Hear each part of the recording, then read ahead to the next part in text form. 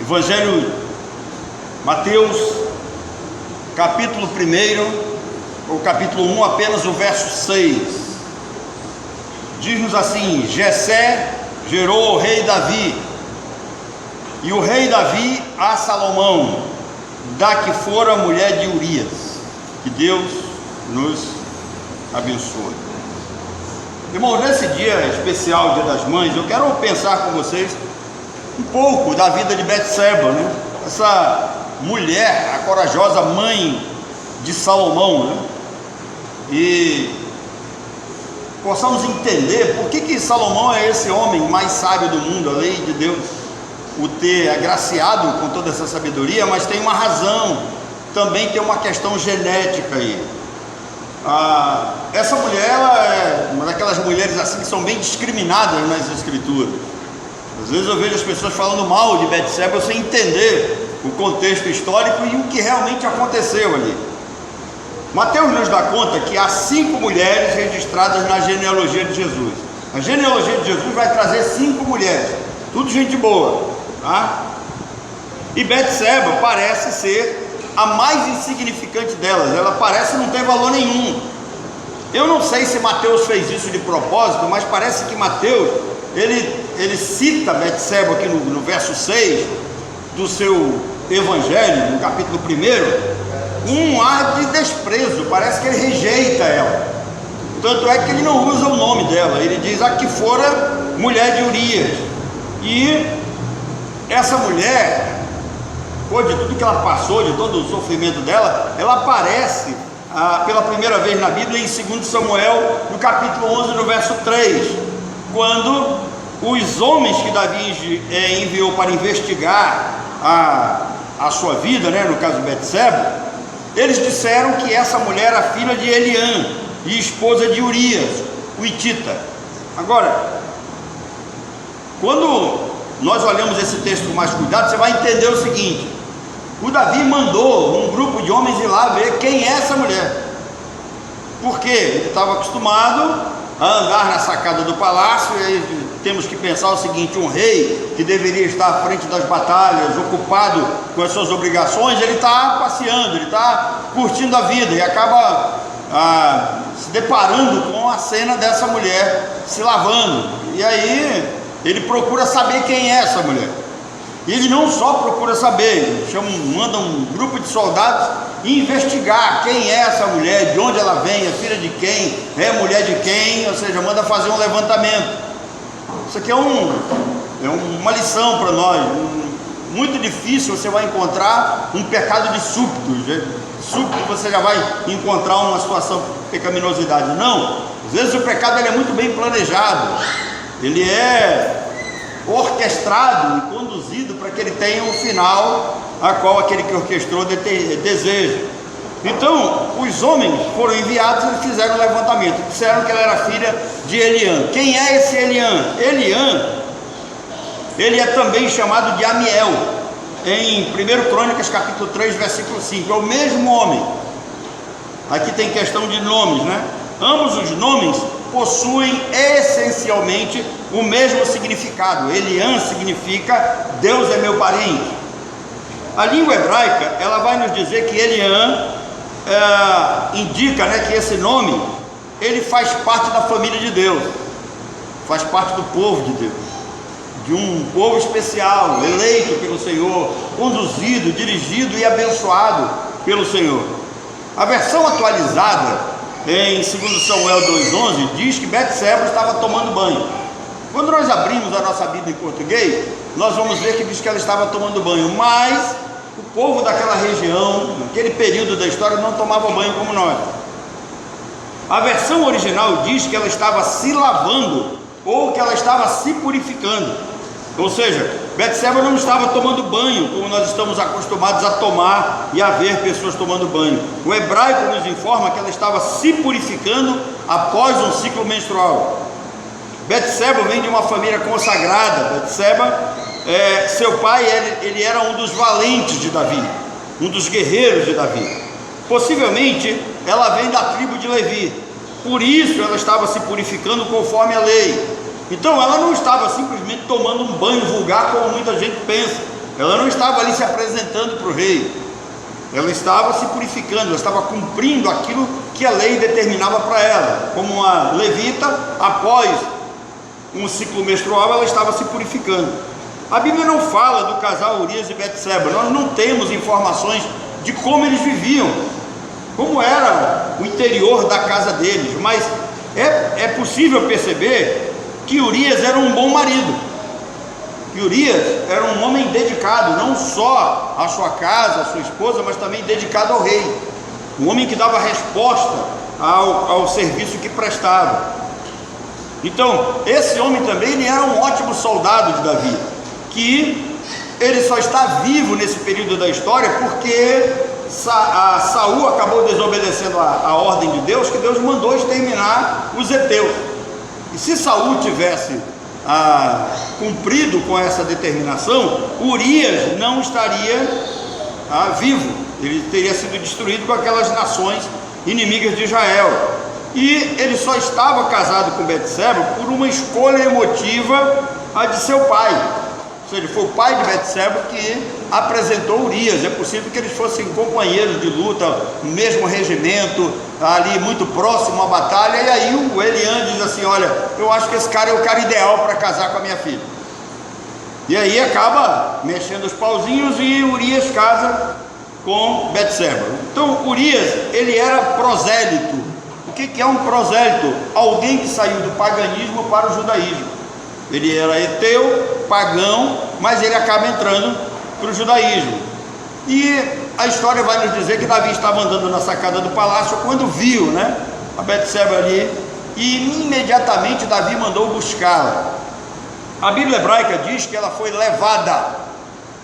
Agora, isso significa, no hebraico, que ela não foi por vontade própria, ela foi levada à força. Foram os soldados que foram lá buscá-la. Levar no hebraico aqui tem o sentido de apreender e de capturar. Então essa mulher, ela foi apreendida, ela foi capturada por causa da sua beleza, por causa do seu belo porte físico, e certamente sabia-se da capacidade cultural e intelectual dessa mulher. Ela não era qualquer uma.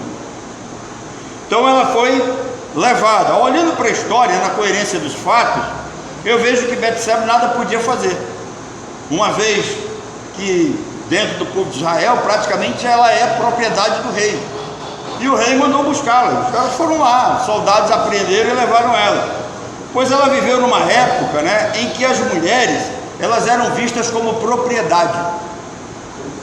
Então ela não tinha como resistir, ser retirada de casa, ela teve que obedecer, e ela não tinha como resistir a uma ordem do rei. Ela poderia até ser morta, ele poderia até determinar a morte dela. Então ela não tinha como se negar ao rei. E a prova é que quando o profeta Natan foi enviado até Davi, se você ler o texto com calma, você vai ver que Deus não atribui pecado a ela. Toda a responsabilidade e culpa é de Davi. Nenhuma palavra foi direcionada a ela. Ela chega ao palácio pensando que receberia alguma notícia do marido. Interessante, a história paralela vai nos dizer isso. Ela é levada para o palácio e ela pensava que ali ela receberia alguma notícia do seu marido que estaria na guerra. Mas a Betseba, ela foi então seduzida. Em outras palavras, ela foi forçada, como afirmam alguns rabinos, e por isso apenas Davi recebe a palavra de condenação e de punição. Betseba é abusada, e quando engravidou, ela entrou em pânico e avisou o rei. Em seguida, o Davi traça aquele plano todo, Urias morre, e agora ela estava viúva e grávida. Já no palácio, ela acabou casando com Davi, que a desposou. Então Betseba era uma mulher triste, infeliz, que ao nascer o filho pensou que a sua tristeza teria fim. Preste atenção, ter um filho para uma mãe é um ato de realização. Parece que é um projeto inicial de toda mulher. É Deus que coloca isso no coração de toda mulher. O que? De toda mulher normal. O que eu digo normal? Porque algumas mulheres, elas foram invadidas por alguns pensamentos chamadas de feministas, elas foram invadidas por algumas ideologias e elas deixaram de lado esse projeto de ser mãe.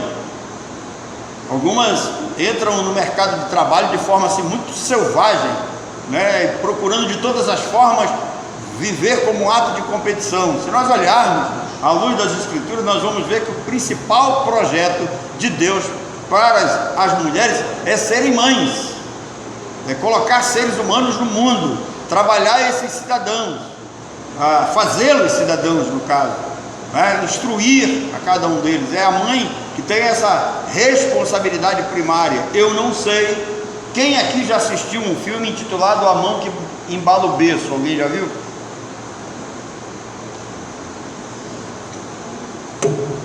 Se você ainda não viu, procure esse filme na internet e veja. A Mão que Embala o Berço. Uma mulher que tem um profundo desejo de ser mãe, não consegue ser mãe, e ela acaba tentando se apropriar do filho de uma outra mulher. E pelo fato de ela cuidar, ser a babá da criança, passar mais tempo com a criança do que a mãe, passa a tratar a criança como se fosse próprio filho, a ponto de desejar eliminar a mãe para ficar no lugar da mãe. É interessante esse filme, né? E a criança, de repente, já estava começando a se acostumar com a babá, com a outra. Então a mãe tem um papel fundamental. E ela está grávida, casada com Davi, mas triste, amargurada por tudo que havia acontecido, diz a história paralela. Então ela achou que quando a criança nascesse, toda a sua angústia passaria, toda a sua tristeza acabaria, e ela teria um novo ânimo para viver, ela ganharia uma nova disposição para a vida. Mas a criança morre. Em 2 Samuel 12:14, a Bíblia diz que a criança morreu como consequência do pecado de Davi, não dela. Interessante isso. E uma lição a mais para nós, homens, diante de Deus: nós somos os responsáveis pelas nossas casas, nós é que seremos cobrados. Então, por causa de Davi, o nome do Senhor foi blasfemado. Davi sabia disso, porém a Bíblia não diz que Betseba sabia.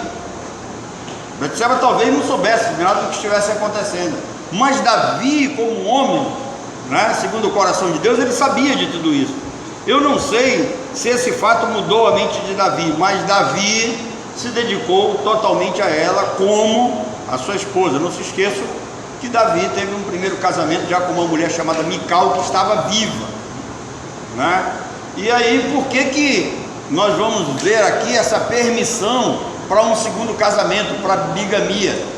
É que quando a Mical, ela repreende Davi pela aquela manifestação de alegria. Tem gente que pensa que é dança. Davi dançou aqui, tá?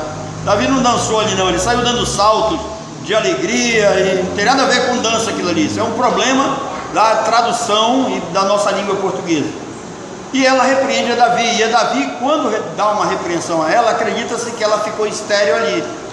Então, quando a mulher não produzia filhos, dava direito que o homem tivesse uma outra esposa que lhe desse filho. Na quinta-feira nós aprendemos isso aqui com a vida de Ana, né? Porque que Ana tinha uma concorrente chamada Penina. Na próxima quinta nós vamos dar continuidade ao estudo. O próximo capítulo, o segundo episódio da novela, nós vamos ver na próxima quinta-feira. Então, o nome do Senhor foi blasfemado. E aí, a vida dela, né? Quando a criança morre, e a vida dela começou a mudar. Ela começou a pensar, a refletir, e aí ela passou a ser a rainha mãe. 2 Samuel 12:14 diz: então Davi consolou a sua esposa. A criança morre, consequência do pecado. Betseba foi ele foi lá e deitou-se com ela novamente, e aí ela engravida, e ela tem um filho chamado Salomão. Irmãos, ainda que a Bíblia exponha que essa criança morre como consequência do pecado, tem um detalhe. Sabe, os rabinos dizem que se esse rapaz tivesse vivido, ele seria mais sábio que Salomão. Por quê? Porque quando se estuda a genética humana, identificaram, né, os estudiosos, que pela raiz de onde vem Davi e de onde vem Betseba, essa criança teria a capacidade de ser um homem extremamente sábio, mas Deus havia reservado esse papel para Salomão. Então Deus pune o pecado e a criança morre. Davi, para consolar sua esposa, vai e engravida ela, nasce Salomão. No hebraico, a palavra consolo e consolado tem o significado de ter dó, desculpar-se, arrepender-se do mal. Então, quando Davi olha para aquela mulher que foi subjugada, apreendida, essa mulher foi abusada praticamente, né? Essa mulher foi possuída à força, ela engravida, ela tem todo esse histórico da morte do seu marido, e o Davi olha para dentro de casa, e todos nós olhamos para dentro de casa e nós vemos quando as nossas esposas estão tristes, estão amarguradas, quando elas estão passando por algum problema, principalmente quando elas respondem por número, né? Você pergunta, o que está acontecendo? Ela só faz começa a responder por número, você sabe que tem alguma coisa errada. E aí, por mais que você tente descobrir, você não vai conseguir nunca, a não ser que você conheça, né, ao extremo, porque é difícil entender, é difícil descobrir o que há por trás, né? Tanto é que para ela é totalmente o contrário, né? Quando ela diz que está bem, não está bem, quando ela diz que está mal, está tudo bem. Então, no hebraico, a palavra consolado, né, ou consolada, tem o significado de ter dó e de se arrepender-se do que fez. Então, quando Davi vai até ela e Davi procura consolá-la, Davi está dizendo para ela: eu estou arrependido daquilo que eu fiz, mas agora não dá mais para voltar atrás. Nós já estamos casados, agora nós temos um filho, vai nascer Salomão. E as ações de Davi podem não parecer um consolo para Betseba. Preste atenção, nem sempre aquilo que você vai fazer como marido, como filho, vai consolar sua mãe ou sua esposa. Nem sempre. Você pode dar o máximo, você pode se dedicar e não vai conseguir. Tem uma máxima no âmbito familiar, lembra? Você pode fazer 99.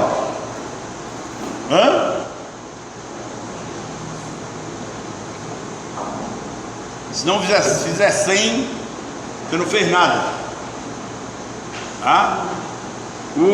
Então, essa foi a maneira de repor o que ela havia perdido. No caso, o filho, ela deposita as fichas no primeiro filho. O primeiro filho morre, continua ali amargurado. Então, o Davi vai lá, mostra-se arrependido, engravida ela para que ela pudesse ter esse dano reparado. Ela não apenas teve Salomão, mas o próprio Deus amou a criança e disse ao profeta Natã que o chamasse de Jedediah, no hebraico, o que significa amado pelo Senhor. Então o nome original de Salomão é Jedediah. Jedediah era um nome de registro dado por Deus, mas ele ficou conhecido como Salomão, o autor do livro de Provérbios, de Eclesiastes e de Cantares. Para os sábios rabinos, Betseba é uma mulher sábia, virtuosa, uma mulher corajosa, igual à mulher de Provérbios 31. Alguns pensam que Provérbios 31 ele é inspirado nessas mulheres da Bíblia, retirado alguma coisa de alguma delas, para que pudéssemos ter aquele registro lá de Provérbios 31. Se você quiser ser sábia, se você quiser agir com sabedoria, se você quiser ser honrada, se você quiser ser louvada como esposa, como mãe, aprenda Provérbios 31, leia, estude lá. Todas as dicas de Deus para você está lá, eu vou dar algumas depois. Então, seu filho nasce Salomão, o rei sábio a honrou e a respeitou, conforme detalhado em 1 Reis capítulo 2, versículo 19.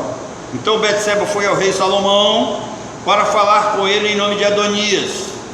E o rei levantou-se para ela, e ao encontrá-la, inclinou-se para ela. Por que isso? Ninguém poderia ir à presença do rei se não fosse chamado. E ali tem um problema de sucessão no trono, né? Então ela vai até ele e ela é honrada. Então ela assentou-se à direita do trono e ficou ali. Quais são as lições que essa mulher ensina para você que é mãe? Em primeiro lugar, procure dar-se valor, valorize-se. Por que eu digo valorize-se? Porque hoje nós vivemos num mundo de competição e nós vivemos fazendo comparação, onde as pessoas se comparam umas com as outras, as mulheres se comparam umas com as outras. Entenda uma coisa, você tem beleza, você tem virtudes que são peculiares, são apenas suas. Não se diminua, não entre num estado de competição com o outro. Procure ser uma mãe virtuosa, procure ser uma mulher virtuosa, procure aprender virtudes, desenvolver virtudes. E é isso que ensina Provérbios capítulo 31. Procure gozar da confiança do seu marido. Eu só estava brincando agora que tem os irmãos aqui na igreja que estão enchendo a casa de câmera, né? Aí estou brincando aqui, mas isso aí é contra roubo, não tem nada a ver com isso aqui, tá bom? Então, procure ter a confiança do seu marido e procure ganhar a confiança da sua esposa. A ela não foi atribuído nenhum erro. Por quê? Por causa dos decretos e dos desígnios de Deus. Deus é soberano, é Ele quem determina todas as coisas. E quando nós olhamos para essa mulher, ela sempre age com sabedoria e com generosidade. Você não vê essa mulher com rebeldia, você não vê Betseba agindo de forma equivocada, de forma presunçosa, né? Ela é levada para o palácio, ela não deseja ter essa posição de rainha-mãe. Davi a constitui como rainha-mãe e ela passa a ter esse ventre frutífero da qual traz Salomão ao mundo. Então, uma mulher que vive com sabedoria, com generosidade, uma mulher que possivelmente ela tinha consciência de como funcionava o palácio. Por quê? Porque ela conhecia cada detalhe, cada ponto da política de Israel, como funcionava. Dizem os sábios que ela é extremamente participativa. É difícil vermos hoje mães e esposas completamente alienadas, sabe? Sem saber o que se passa no mundo, sem saber como as coisas funcionam, sem saber como funciona até o próprio homem, como o próprio filho. Eu acho muito interessante que agora lá em casa está tendo uma experiência nova, né?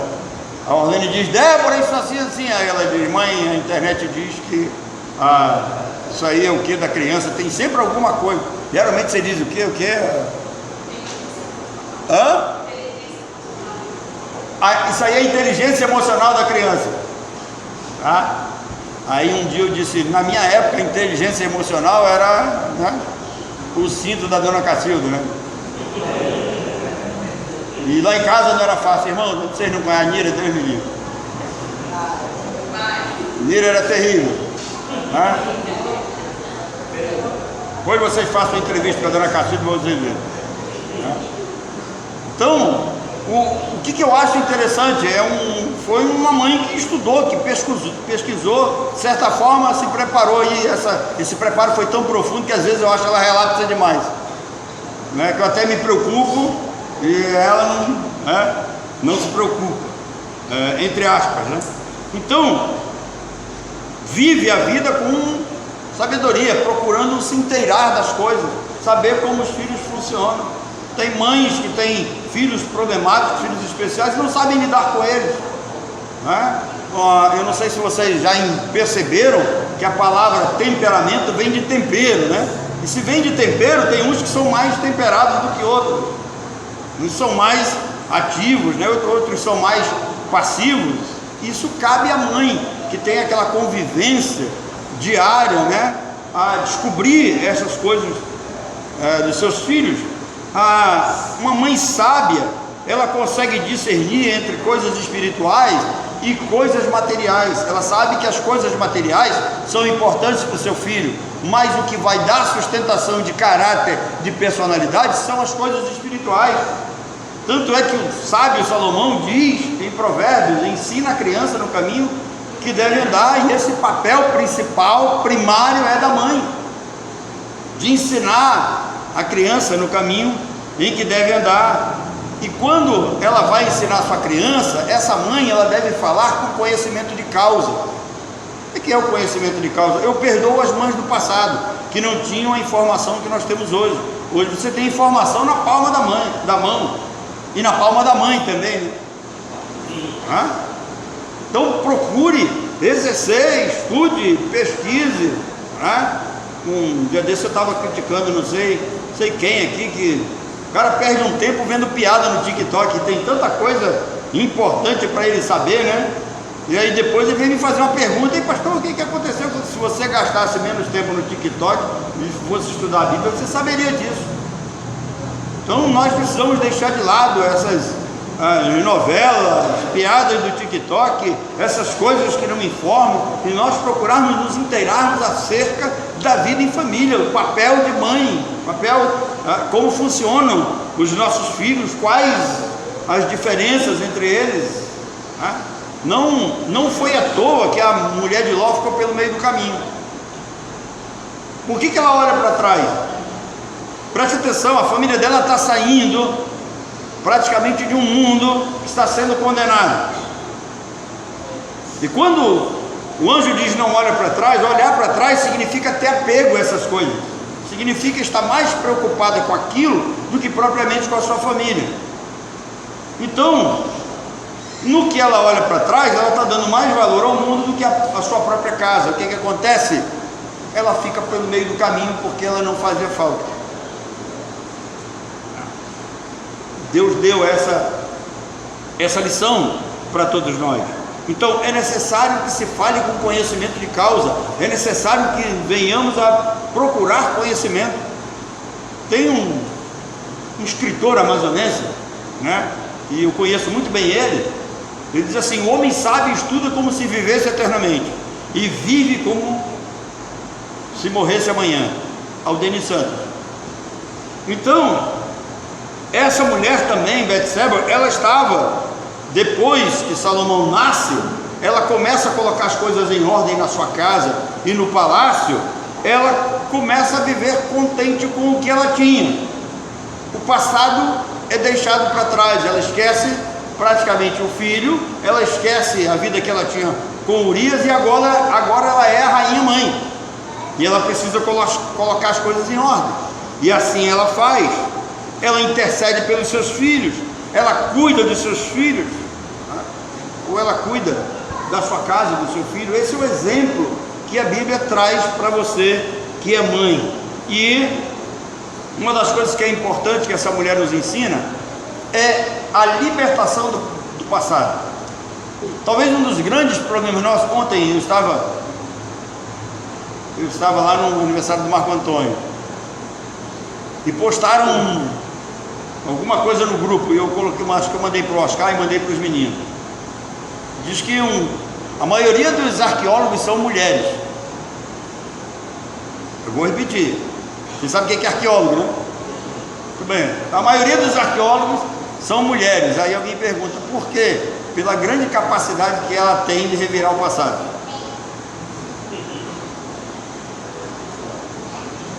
Qual é o problema com isso, né? Algumas ficam desenterrando defunto. Nós estávamos comentando, eu estava dando um estudo em algum lugar, e eu estava comentando com uma pessoa: se você quiser ver uma briga entre casal, pega um álbum de família antigo, ou pega um álbum de família antigo. Se ela pegar o álbum dele, tá? Quando ele era solteiro, se ela ver outra mulher do lado dele, ela vai brigar com ele, como se ele tivesse culpa. Era solteiro, nem conhecia ela. Vocês acham que eu estou falando algum absurdo? Eu estou não. Isso é verdade. Então, guarde esse outro pensamento: só vive muito tempo preso ao passado quem não tem futuro. Esqueça isso. Olha o exemplo dela aqui: passou, Urias passou, filho morreu, agora é a rainha mãe, ela tem que conduzir a vida, tem que educar Salomão, e a vida segue. Então, liberte-se do passado, não deixe o passado tomar conta da sua vida. Você precisa, eu lembro que nos anos 90, né, se discutia muito aquela questão da cura interior. Hoje não se fala mais nisso, né? Cura interior passou, mas o pessoal tinha negócio de cura interior, né? O cara tinha que voltar ao passado, fazer aquele negócio de regressão, olhar para esquecer isso. Mas a Bíblia nos recomenda isso. Olha, liberte-se do passado. O que o apóstolo Paulo diz? Esquecendo-me das coisas e para trás fica, né? Então deixe para trás o seu passado, enterre, deixe ele para lá. Ele pode ser importante, para o aprendizado e para a prática de algumas coisas sérias e necessárias para a vida, mas na maioria, esqueça o passado. Deus lhe deu uma nova vida, agora é atual, siga em frente, olhe para sua casa, olhe para o seu esposo, olhe para os seus filhos, olhe para a sua vida, você está vivendo num novo mundo. Aprenda, se intere, se esclareça, torne-se mais sábia, mais inteligente e viva uma vida dentro da sua casa para a glória de Deus. Então que Deus os abençoe e entendam uma coisa: você que é mãe, você recebeu de Deus a graça de poder gerar filhos. As mulheres estéreis da Bíblia no Antigo Testamento, elas eram vistas como mulheres amaldiçoadas. Então, algumas delas, quando viam outras mulheres, ao lado delas, competindo com o mesmo marido, elas desejariam morrer para gerar um filho. Vou dar um exemplo para você. Raquel, estéril, e a irmã produzindo filhos aí, abutando para Jacó, como dizem por aí. E aí ela diz: olha, Senhor, eu quero ter um de qualquer jeito, nem que eu morra. E aí, Deus dá, ela consegue gerar, Depois vocês sabem do resultado que acontece com ela, Um dia eu estava falando num determinado local, eu não vou falar, um lugar que alguns aqui de vocês conhecem, lá em Urucará, Eu estava dando um estudo lá em Urucará, E aí lá em Urucará eu estava falando sobre cirurgia e eu fui explicar como foi que surgiu a cesariana. Tinha uma mulher grávida lá, ela disse: olha, eu não sei o que é isso. Eu fui explicar para ela o que era cesariana e como funcionava a cesariana, de onde vem a ideia cesariana, que foi o César que abriu a barriga da mulher dele. A mulher ficou olhando para mim rindo, pensando que eu estava brincando com ela. Então o mundo hoje exige que se esclareça, Então louve a Deus, agradeça a Deus, porque você tem um ventre fértil. Deus abençoou a sua vida, Ele deu a capacidade de gerar filhos, e que você pegue esses filhos e crie-os para a glória do Senhor. Que Deus nos abençoe.